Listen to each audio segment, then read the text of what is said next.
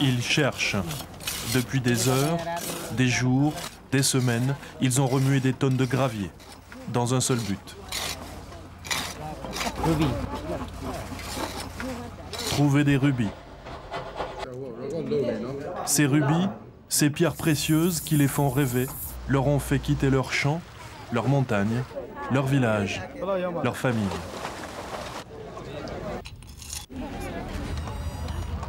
Chimères aux éclats rouges sang qui feront d'eux des hommes riches ou des hommes brisés, ruinés de leurs ultimes espoirs.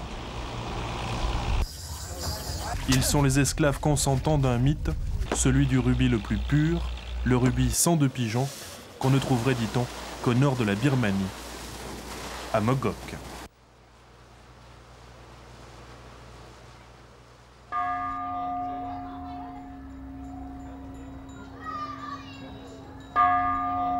Depuis 4 siècles, Mogok est une ville interdite.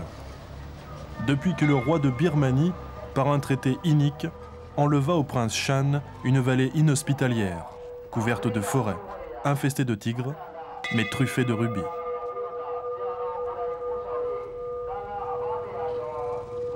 Depuis, la ville aux maisons de teck a été fermée, soustraite aux regards indiscrets, abritée des tentations. Aujourd'hui, Mogok est interdite aux étrangers. Mogok, capitale mondiale du rubis, est devenue une légende pour les Birmans eux-mêmes, qui ne peuvent y venir qu'avec un visa intérieur. Car les Birmans ne sont pas libres de circuler dans leur propre pays, pas libres de lire des journaux d'opposition, pas libres de s'exprimer. Mogok est une ville fermée dans un pays fermé. À notre connaissance, aucune télévision occidentale n'y avait été autorisée depuis plus de 30 ans. Car les militaires, au pouvoir depuis 1988, ont bouclé la ville, transformé Mogok en coffre-fort, un coffre-fort qu'ils n'ouvrent qu'à leur profit. Mogok et ses 30 000 habitants ne vivent que pour et par les rubis.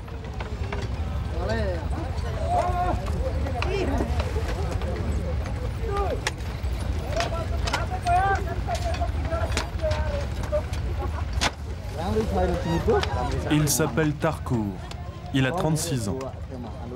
Depuis 3 mois, il est chargé par leur concessionnaire de surveiller 12 des puits de la mine de Chaipin. Il contrôle le travail des ouvriers qui cohabitent sur quelques mètres carrés et luttent âprement pour le même rêve.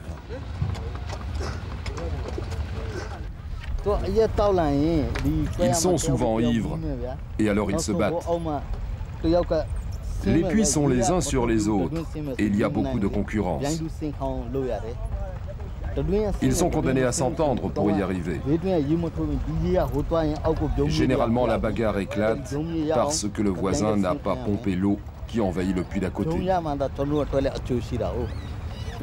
Il faut travailler tous ensemble pour pouvoir remonter le bayonne, le sable à rubis. Et il faut en remonter beaucoup pour pouvoir trouver les pierres. Si on ne trouve pas de pierres, on ne gagne rien. C'est notre intérêt et celui des autorités que ça marche. Ce qu'on trouve est partagé avec le gouvernement. Les petites pierres sont vendues ici, à Mogok. Les plus belles, à Rangoon. On touche une part sur toutes ces ventes. C'est comme ça que nous sommes payés, les ouvriers et moi. Il fait 40 degrés à l'ombre. Des centaines de prospecteurs pataugent dans la boue.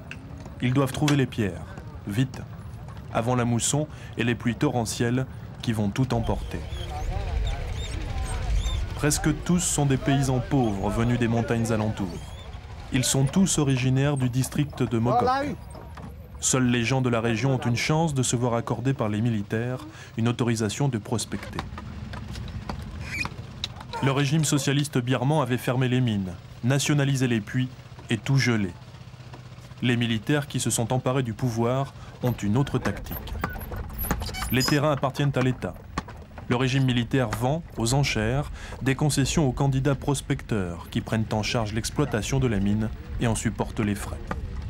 Le gouvernement birman favorise ainsi le business des pierres précieuses, contrôle tout et prend un pourcentage sur tout. Les militaires au pouvoir se sont ainsi créés une très confortable source de revenus. Pour les plus pauvres, cette ouverture a suscité un formidable espoir. Mais il ne faut pas trop rêver au gros lot. Le moyen le plus sûr de s'en sortir un jour, c'est de réinvestir le peu qu'on a gagné. C'est ce qu'a fait Mong Phon. Il a 32 ans, dont 12 ans de mine. J'ai réussi à amasser et à réinvestir un capital de 200 000 kchiat dans des puits. Actuellement, je creuse mon troisième. J'ai investi, je fais beaucoup d'efforts, mais je ne travaille que parce que je crois au destin. Et en ce moment, il y a beaucoup de bons signes. Je fais des rêves positifs. Je monte à cheval, je caresse un éléphant. Je sais que maintenant, ça va marcher. Je vais réaliser mon rêve, acheter une voiture, avoir une maison à moi.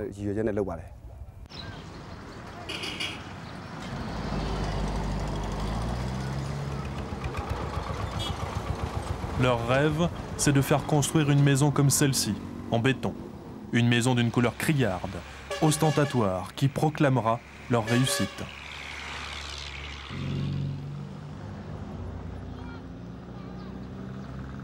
À Mogok, avoir un cheval, c'est déjà être riche.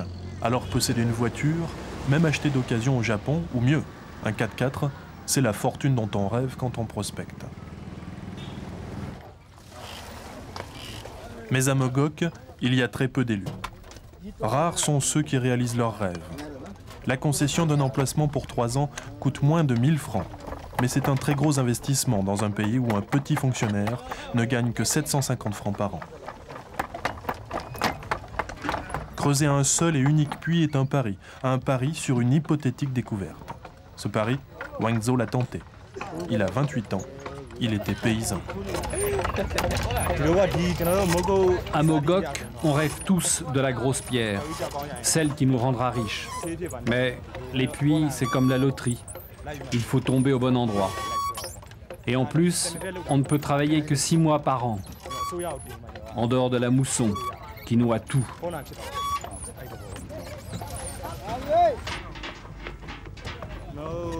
On s'est groupé à 6 pour creuser ce puits.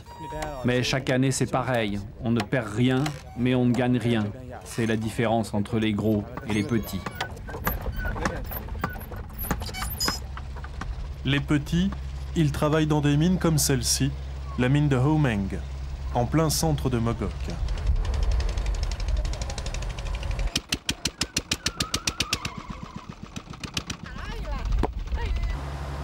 Ici, il y a quelques mois encore, vivait une trentaine de familles. Des puits creusés entre les maisons par les petits prospecteurs ont démontré la rentabilité de l'endroit. Alors les autorités ont expulsé tout le monde, sans compensation ni indemnité, et ont vendu la concession au plus offrant. Ceux qui ont eu de la chance ont pu se faire embaucher, car à Mogok, c'est une chance de pouvoir prospecter les rubis, de passer 10 heures par jour dans la boue pour une promesse de salaire.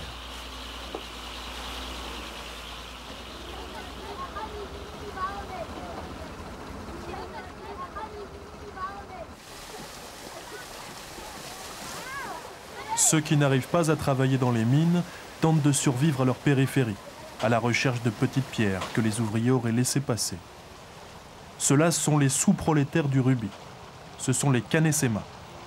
De tout temps à Mogok, les rois, les exploitants, les gros propriétaires ont autorisé les plus pauvres à passer après eux, à ramasser leurs miettes. Ce droit très ancien du Kanessé, les militaires de la junte ont décidé de le perpétuer. Mesure démagogique peut-être, mais qui leur offre, à eux aussi, une petite part de rêve.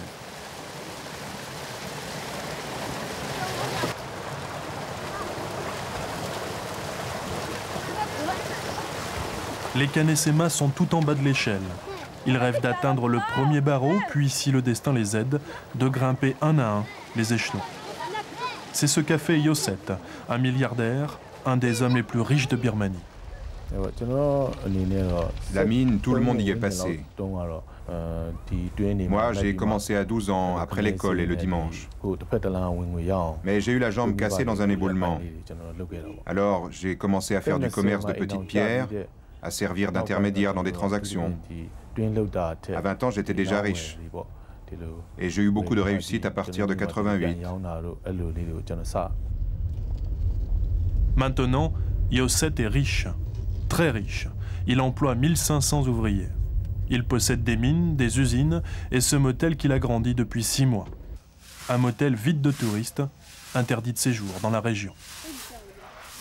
Aujourd'hui, Yoset fait visiter son palace au major Chotwewin, le chef militaire qui, à Mogok, contrôle tout le business des pierres.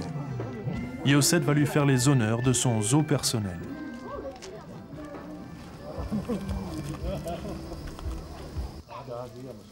Les animaux de ce zoo ont été capturés par les hommes de Yoset dans les montagnes environnantes.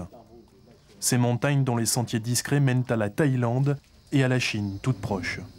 On dit que Yoset les connaît bien, connaissance qui aurait pu l'aider naguère dans le développement de son petit commerce de pierres précieuses.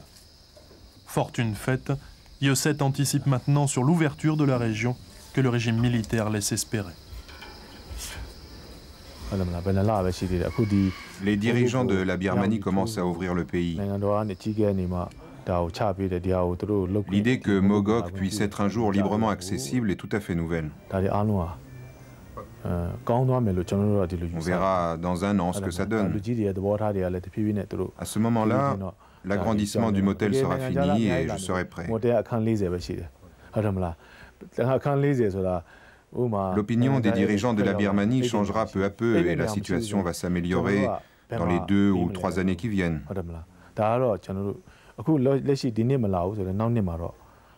Mogok est la capitale mondiale du rubis, mais elle est fermée, laissée pour compte. Beaucoup de gens veulent y venir. Des professionnels, des spécialistes des pierres précieuses, des touristes le souhaitent. Mais c'est impossible. Cela va changer, mais aujourd'hui, Mogok est une cité interdite.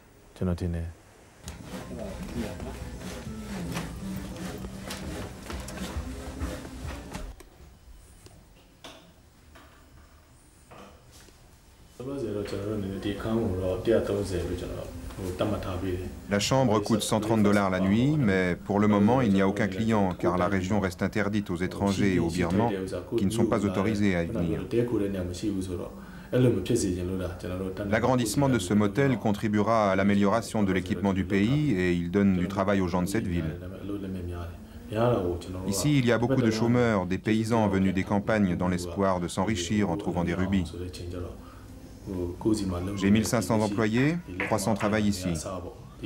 Ces menuisiers, ces maçons, ces jardiniers n'ont pas de problème d'emploi. On peut considérer ça comme un service que je rends à ma ville. Quand l'agrandissement sera fini, j'aurai employé les ouvriers ailleurs, dans mon usine de meubles, dans mes mines, ou à construire des logements comme les 300 maisons que j'ai déjà bâties.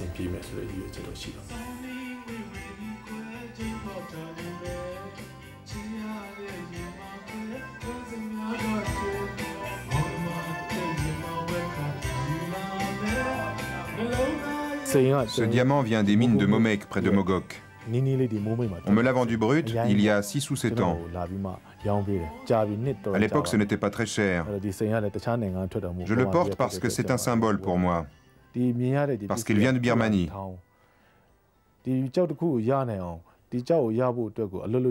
Pour trouver une pierre comme ça, il faut que les prospecteurs aient de la chance. Il suffit d'un écart de quelques centimètres pour passer à côté. Qui mérite de la trouver? À qui appartiendra-t-elle? C'est le destin qui décide. C'est pour ça que, personnellement, comme tous les Birmans, je crois au destin. Vous savez, pour arriver là où je suis, ce n'est pas garanti. Ce n'est pas comme quand, en Europe, vous ouvrez une usine. Ici, pour réussir, il faut de la chance. Il faut croire à la chance. C'est ce que se répète chaque jour Kyo Swa, un Birman dont la famille est d'origine népalaise. En 4 ans, il a investi 300 000 francs, une somme colossale. Concession réglée, matériel amorti, ouvrier payé, il lui reste juste de quoi survivre. Il faut croire à la chance, comme ces enfants qui désertent l'école pour grappiller leur part de rêve. Ils ne sont pas employés par le concessionnaire. Officiellement, en Birmanie, le travail rémunéré des enfants est interdit avant 14 ans. Eux aussi viennent ici poussés par l'espoir d'améliorer leur sort. Ils sont peut-être là de leur plein gré, mais certainement pas pour leur plaisir. Leur tamis à petits trous leur permet de trouver les toutes petites pierres, les pierres minuscules qui sont passées au travers des tamis des prospecteurs professionnels. C'est ce que fait Mong Mong Ai. Il a 8 ans, il vient ici tous les jours. Ce ne sont pas mes parents qui m'envoient ici. Je suis venue de moi-même. J'arrive à gagner environ 5 francs par semaine. Je les donne à ma mère qui m'en rend un peu comme argent de poche. Aujourd'hui, enfin, le dernier puits creusé par Kyoswa semble vouloir donner. Sa chance tourne, mais il doit l'aider. Je suis superstitieux et je fais ce qu'il faut pour avoir la chance avec moi. Je me lève tôt le matin pour prier Bouddha. Je médite une vingtaine de minutes. Chaque jour, je fais mes devoirs de bouddhiste, c'est-à-dire que je fais des donations. Si on cherche des rubis, si on exploite une mine, on est obligé de faire des donations à Bouddha pour qu'il vous vienne en aide.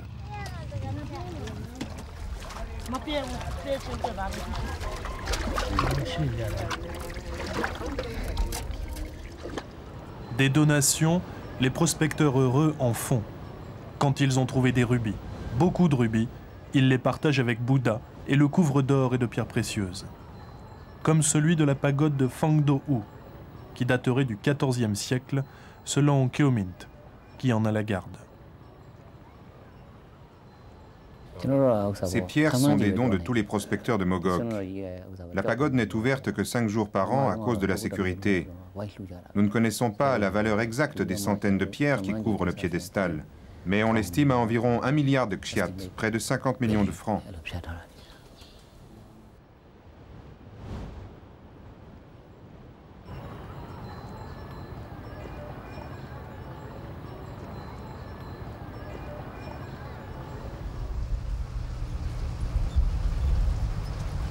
Depuis que les militaires ont décidé d'encourager la prospection, les sociétés d'économie mixte se sont multipliées.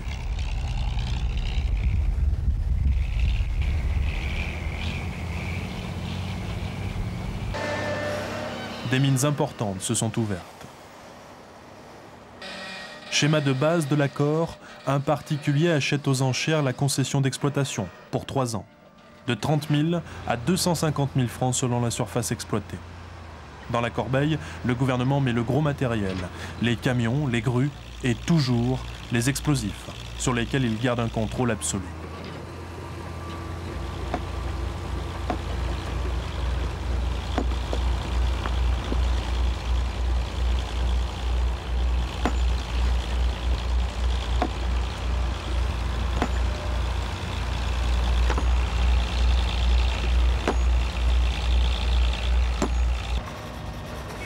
Le concessionnaire, qu'on appelle à Mogok le propriétaire, mène l'exploitation, recrute les ouvriers, les paie, les nourrit, les loge et les fait travailler. Ces concessionnaires, ils sont quelques dizaines à Mogok. Ils ont choisi objectivement de collaborer avec le régime militaire et de profiter du système mis en place par la junte.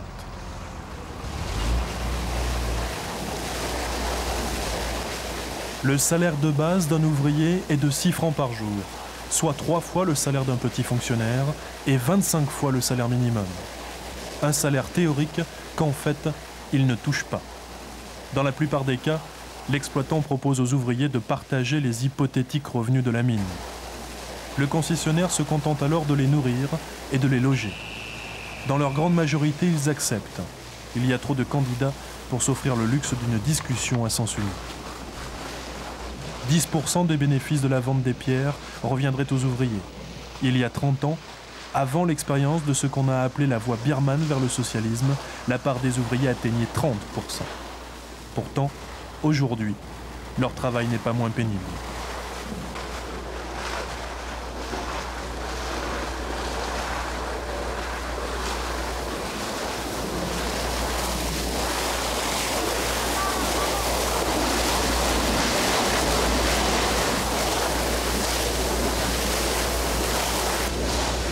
Pendant les 5 heures de la matinée, 30 camions ont apporté 180 tonnes de bayonne, le gravier à rubis. 180 tonnes qu'il faudra d'abord trier, qu'il faudra laver et tamiser pour y chercher les rubis.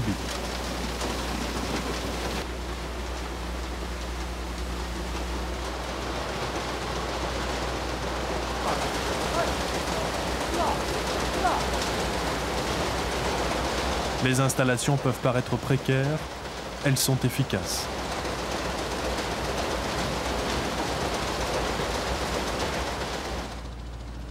Les militaires contrôlent tout, pour s'assurer de la rentabilité des mines, mais aussi pour éviter au maximum les vols et le manko, la contrebande, sport national des montagnards birmans.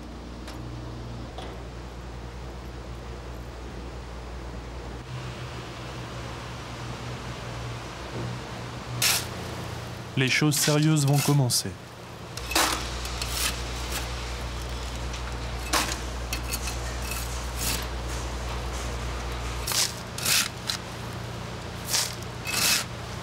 Premier saut, premier rubis. Peut-être le signe que les pierres seront au rendez-vous.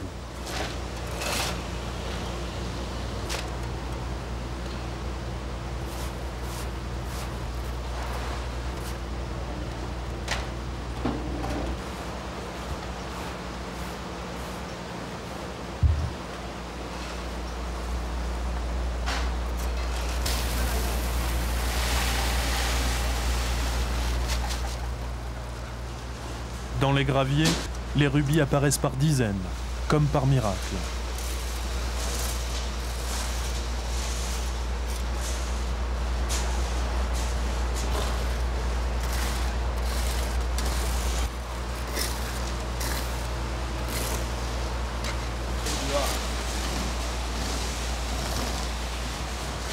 Au cours de la matinée, ils vont trouver pour environ 125 000 francs de pierre. La plus belle sera estimée à 10 000 francs, prix au départ de Mogok. Brute, elle vaudra 4 fois ce prix à Paris.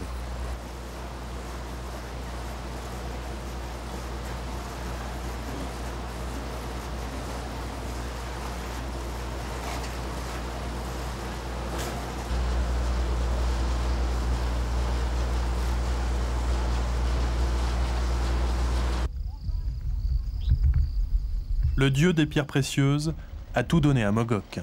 Les rubis, les plus beaux du monde, mais aussi les saphirs, à profusion. C'est ici à To Reing Tong qu'on les exploite.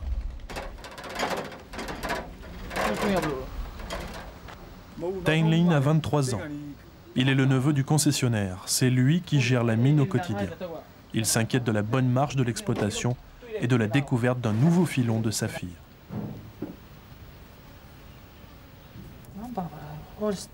On a trouvé? On n'a pas encore trouvé de saphir, mais on voit qu'on approche.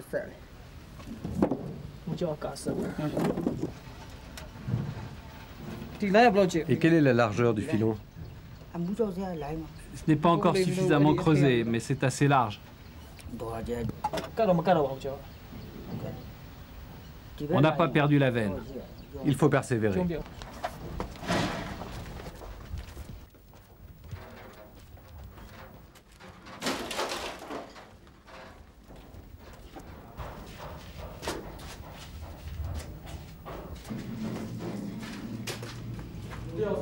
C'est ici qu'on cherche les saphirs. Dans ces tunnels percés à l'explosif, étayés à la va-vite, dangereux.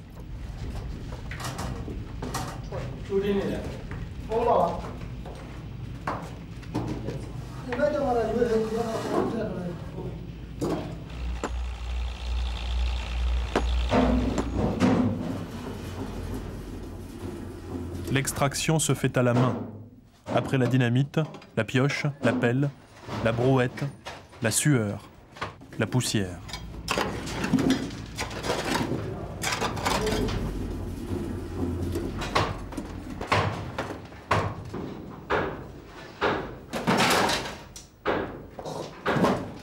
Les mineurs cherchent la veine où les saphirs apparaîtront.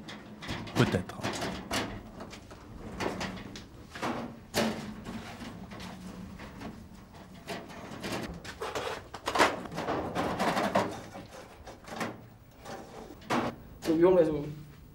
Ce genre de veine noire, c'est exactement ce que nous recherchons. Elle indique le début d'un filon, probablement riche en saphir. Nous allons la suivre en la contournant de chaque côté. Nous avons beaucoup d'espoir. À Mogok, les terrains sont bons. Nous avons 6 concessions ici et 2 donnent déjà des saphirs.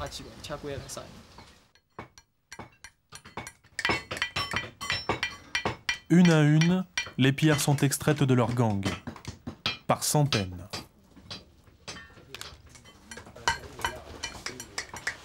L'oncle Tay Mint est né d'une famille de 7 enfants et très satisfait des résultats obtenus.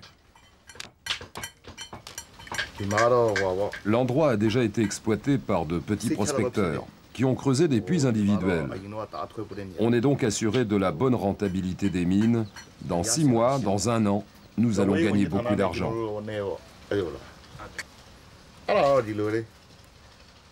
Le gouvernement nous a vendu une concession. Il nous cède le droit au terrain et nous partageons les bénéfices. Nous sommes donc associés. Les belles pierres sont réservées à la vente vers l'étranger et vendues aux enchères à Rangoon. Les petites pierres sont vendues à Mogok. On partage les recettes. Actuellement, le gouvernement prend 60% et nous en laisse 40%, car la mine rapporte bien. Si elle produit moins, le rapport peut s'inverser pour que nous ayons les moyens de payer les frais et de continuer. C'est un système très équitable. Ça ne peut pas être meilleur que ça. L'État nous fait une faveur. Le prix est fixé en commun et la vente n'a lieu qu'avec notre accord. C'est un bon système. Cette euphorie, tout le monde ne la partage pas. Dans le hangar qui sert de dortoir aux 80 ouvriers, le règlement, à en tête du ministère de la Défense, est draconien. Il précise, entre autres, que les malades n'ont pas le droit de quitter la mine, sous peine d'exclusion définitive. À Mogok, il n'y a pas de régime d'assurance sociale. Quand un ouvrier se blesse, tombe malade ou a besoin de médicaments, tous les autres se cotisent pour payer les frais. Parfois, le patron participe. Ici, on travaille 10 heures par jour, de 7h à 17h30. La pause déjeuner dure 30 minutes. L'oncle Tay Mint interrompra le tournage de la séquence pour ne pas faire perdre leur temps aux ouvriers qui mangent en silence. Un silence de rigueur devant cette caméra, venue du monde extérieur. Comme chaque jour, le major Cho Tae-win part inspecter ses mines. Le major n'est pas bavard. Il accepte la présence de la caméra, mais refusera de nous donner une interview.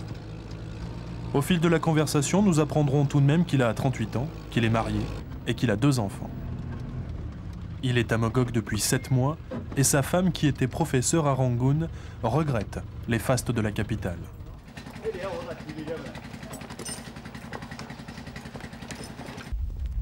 Le major a fait le Defense Academy Service, le Saint-Cyr birman. Il s'est battu contre les Karen en 1982 et y a gagné quelques médailles. Il n'a aucune formation de géologue. Le major n'est pas un Mogok pour philosopher sur les pierres. Il est là pour représenter le pouvoir central, contrôler la production, faire rentrer l'argent. Ce matin, il est à Panlin. Il inspecte la mine de Peridot. 85 ouvriers, grosse production, grosse rentabilité.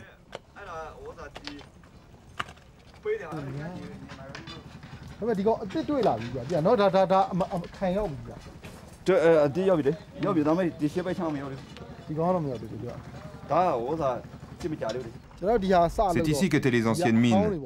Mais là, c'est un terrain vierge. Personne n'y a prospecté avant nous. Les anciens propriétaires ont jeté tous leurs gravats. Là-bas.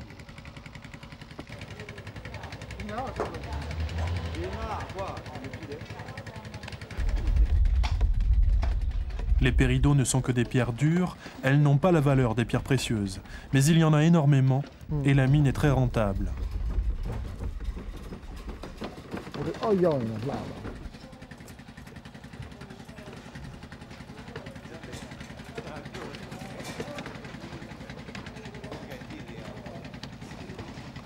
Le patron de la mine s'appelle Min Sway. Pure coïncidence, il est le frère cadet du propriétaire de la mine de saphir. À Mogok, le monde des pierres est petit, très petit. Le major s'inquiète de l'arrivée prochaine de la mousson qui perturbera l'extraction. Qu'est-ce qui va se passer avec les pluies? La mine peut continuer à tourner pendant la mousson, si on pompe l'eau. Cette partie-là a déjà été exploitée par des puits. Ça a l'air solide, mais ça risque de s'effondrer. Ça glisse et c'est très dangereux.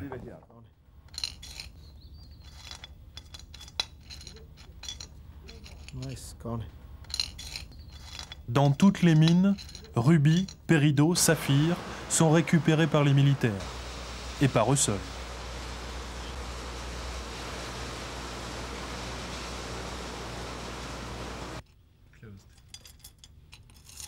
Aujourd'hui, c'est le major lui-même qui va rapporter les pierres à Mogok.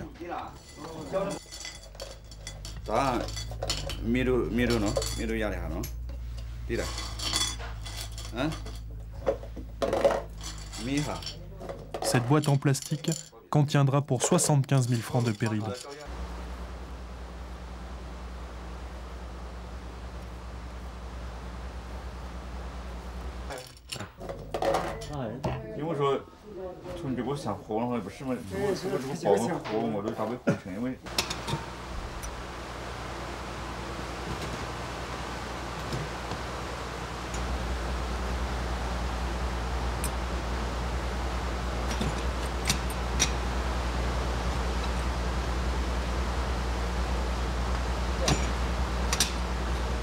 Le coffre-fort est dérisoire. Le cadenas chinois a 2 sous plutôt symboliques, mais à Mogok, on ne craint pas les braqueurs. Les mailles du filet tressées par la junte sur tout le territoire le rendent très sûr. Malgré l'ampleur des richesses, le gang qui viendra les voler n'est pas prêt d'être organisé.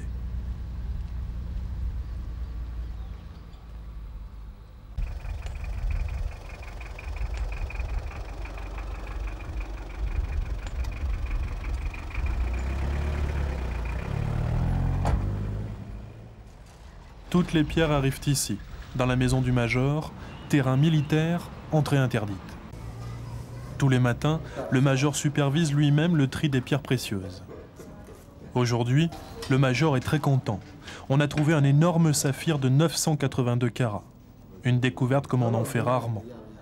Une fois taillé, le plus gros des saphirs qu'on pourra en tirer devrait faire 65 carats.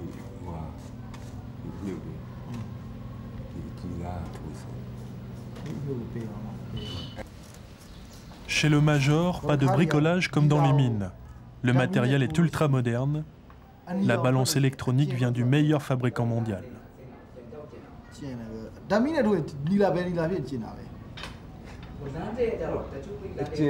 Autour de la table, des représentants des concessionnaires participent au tri. Eux, ils connaissent les pierres. Un rubis d'1 carat au départ de Mogok vaut de 250 à 15 000 francs. Avant d'être taillé, il vaudra 4 fois ce prix en Europe. Les plus beaux rubis de Birmanie sont inégalés dans le monde.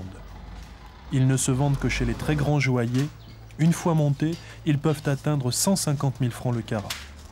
Parmi ces pierres rouges, il y a beaucoup de spinels. Umongzhou, concessionnaire de 4 mines, les trie soigneusement. Quelquefois, les rubis et les spinels sont très difficiles à différencier. Nous devons les tester au microscope pour savoir quelles pierres sont des spinels. Certains des spinels ressemblent beaucoup aux rubis. Mais honnêtement, le rubis est bien meilleur que le spinel et le prix est très différent. Un rubis d'1 carat, un très beau rubis à la revente peut atteindre peut-être 10 000 $. Les spinels les plus beaux, 2 ou 3 $. 2 ou 3 $ le carat, c'est peu. Mais à Mogok, on trouve les pierres par quintot. La quantité supplée largement la qualité.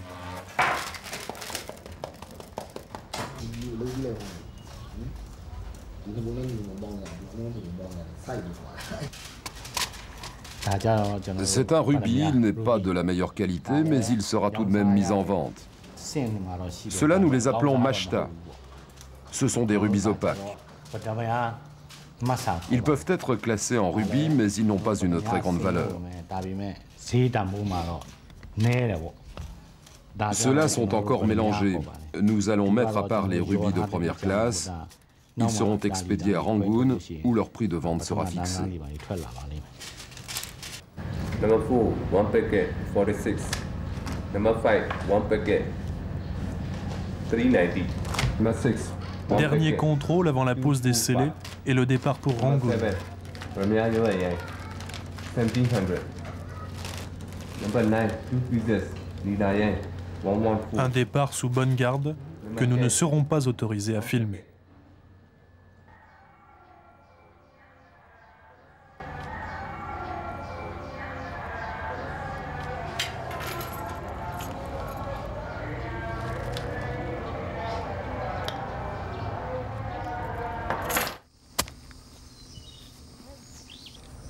Depuis qu'il est à Mogok, où les distractions sont rares, le Major Shaw s'est mis au golf.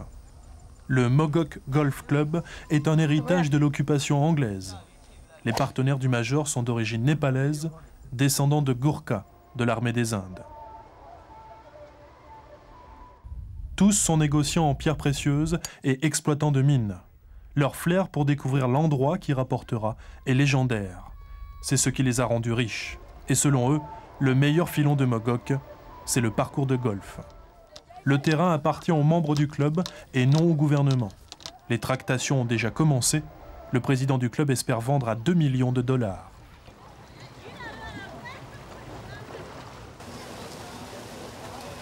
Une mine à ciel ouvert jouxte le terrain. Et, dans les eaux d'écoulement, les Kanessema tentent leur chance. Ils sont tout près du terrain de golf, mais à des années-lumière du Major et de ses amis. Cette petite fille met dans la bouche les pierres qu'elle trouve. À Mogok, tout le monde le fait. Il n'y a pas d'endroit plus sûr.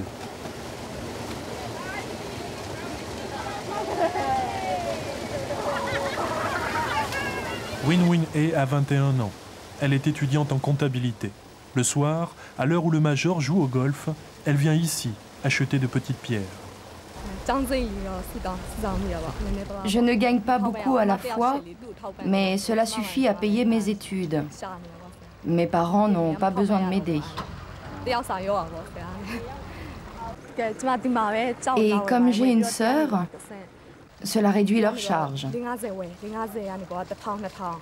Les pierres que j'achète ici, je les revends au marché aux pierres. Je n'achète que des petites pierres. J'arrive à avoir 10% de marge et je peux gagner 1 ou 2 dollars par jour. Cela couvre tous mes frais de scolarité.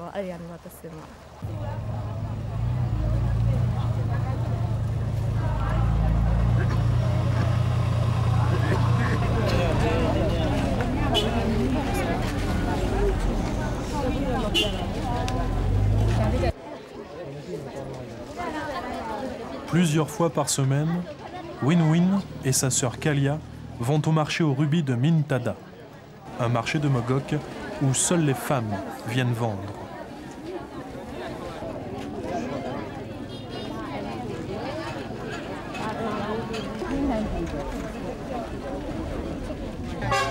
On n'y trouve que de petites pierres, mais le marché, qui a lieu tous les soirs jusqu'au coucher du soleil, est très animé.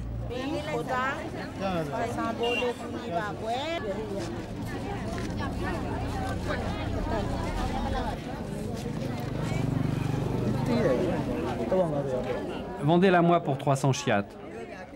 Vous ne voulez pas baisser votre prix? Tant pis, c'est trop cher.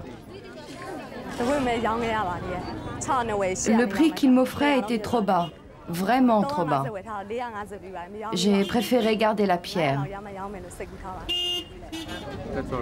Aung Solin vient au marché chaque soir que Bouddha fait depuis 21 ans. Ça ne marche pas trop mal. J'achète ici des pierres de second choix.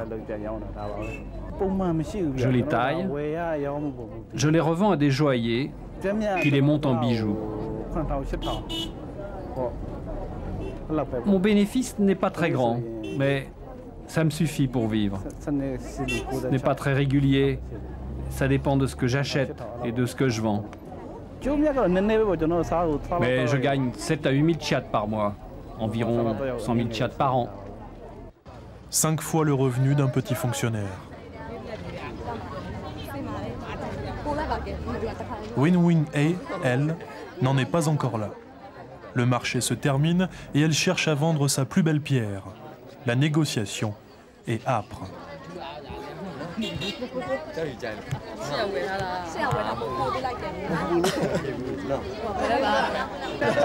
Finalement, le marché sera conclu pour 800 kyats, environ 35 francs. À son niveau, Win-Win A est une négociatrice redoutable. Elle est contente de sa soirée.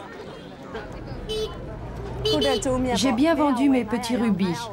J'ai ensuite racheté des pierres pour 4 $. Je les ai revendus 5 $. J'ai racheté et revendu. En tout, j'ai gagné 6 $ aujourd'hui. Non loin de là, le Zeiji est le grand marché de Mogok.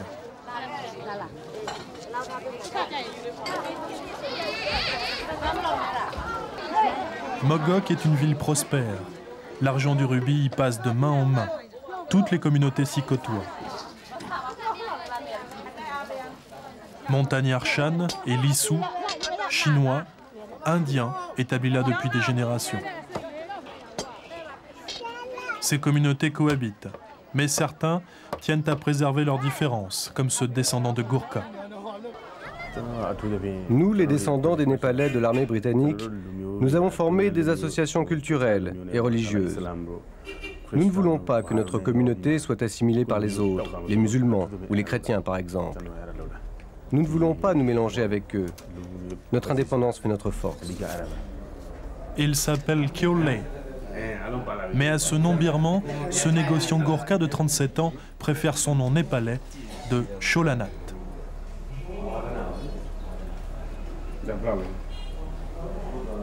Il s'est enrichi dans le commerce des pierres précieuses, achetant presque exclusivement aux membres de sa communauté qui viennent dans son bureau lui proposer leurs plus belles pierres.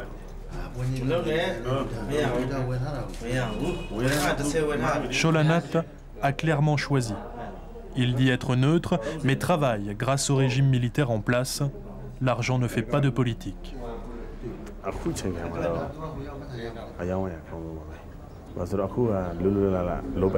Nous réussissons dans les affaires parce que le gouvernement a favorisé les accords avec les particuliers.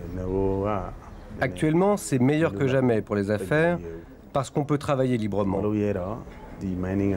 Avant, on n'osait pas investir, même si l'exploitation des mines était déjà très rentable.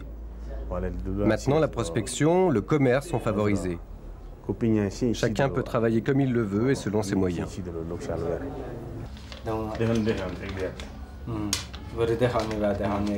Acceptez mon prix de vente, 10 000 kyats. Non, non, je ne peux pas acheter à ce prix-là. Il faut le baisser. Acceptez mon prix, 10 000 kyats. Pour une pierre comme ça. Vous n'en trouverez pas à ce prix-là. Non, non, attendez. Mon commanditaire ne vendra pas en dessous de 10 000 kyats. Non, non, c'est trop cher. Acceptez à 10 000. Vous allez gagner de l'argent. À ce prix-là, je ne gagnerai pas d'argent. Non, mon commanditaire ne sera jamais d'accord avec ce prix. Un saphir comme ça, à ce prix-là, c'est vraiment une affaire.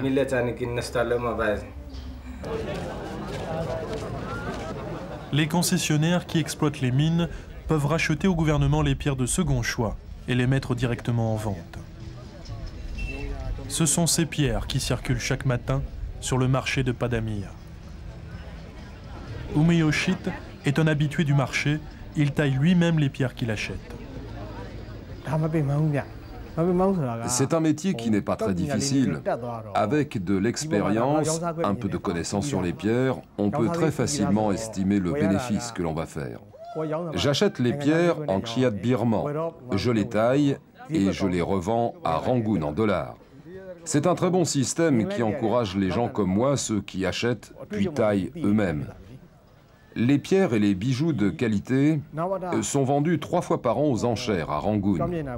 Ces ventes sont ouvertes aux étrangers qui sont très demandeurs. Le marché évolue très favorablement. Les pierres qui étaient vendues il y a quelque temps, 100 000 kshiat, environ 800 $, se vendent aujourd'hui 1000 ou 1100 $.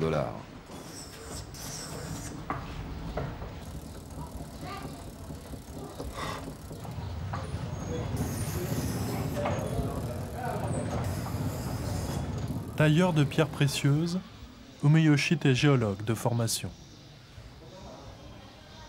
C'est son père qui lui a appris la taille des rubis sur ce même tour, dans cette même maison. Un exercice délicat où l'erreur n'est pas permise.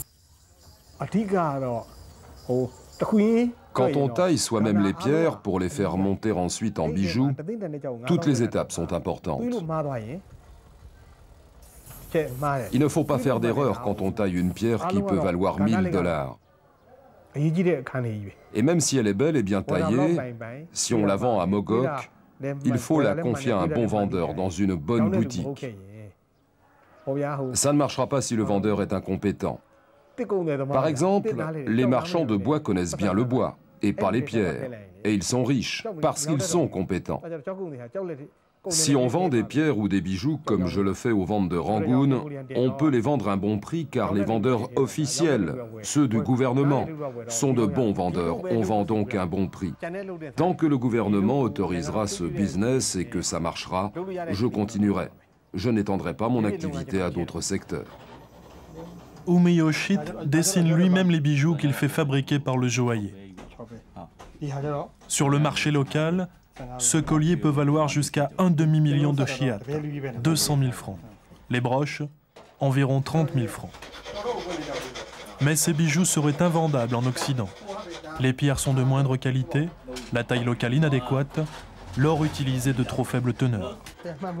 L'Europe n'achète donc que de très belles pierres non taillées. Umeyoshit a tout intérêt à vendre sur place pour gagner sa vie. Il assure faire au minimum 30% de marge, parfois beaucoup plus. Ces 12 derniers mois, il reconnaît un peu plus de 120 000 francs de bénéfices. Pour un commerçant de Mogok, c'est un véritable pactole. Et une très bonne affaire pour le gouvernement, qui prend 10% de taxes sur toutes les ventes et transactions.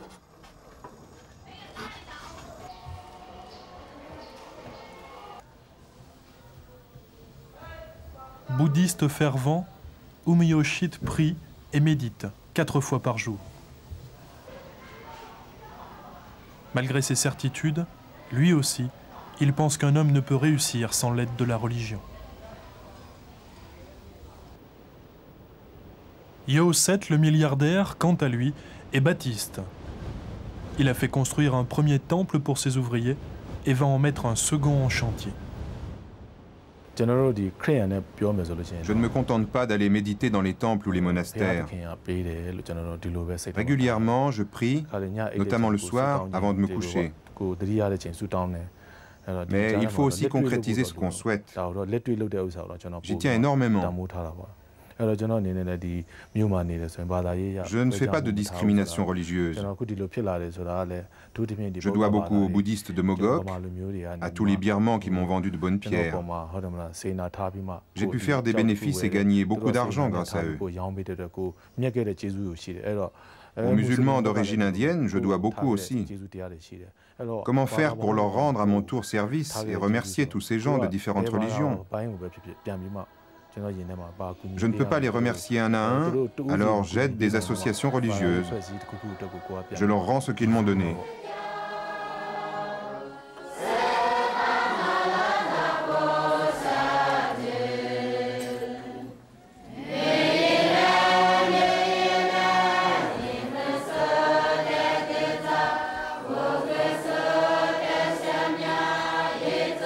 Tous ces montagnards qui chantent ici dans le temple qui domine la vallée des Rubis sont des employés de Yoset.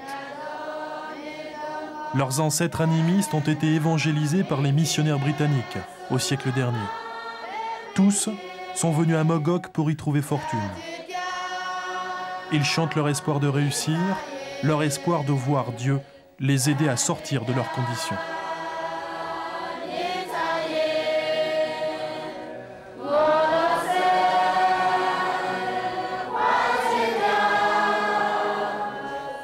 Avant que Dieu n'y pourvoie, ce changement pourrait venir de l'intérieur du pays.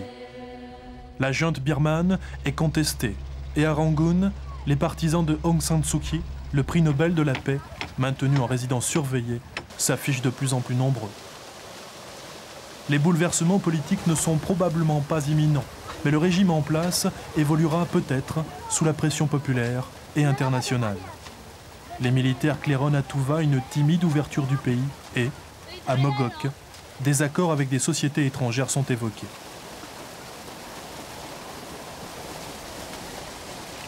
Mais en attendant une hypothétique évolution, le sort des Kanessema, comme de tous ceux qui sont sous la coupe de la junte de Rangoon, n'est sans doute pas prêt de s'améliorer.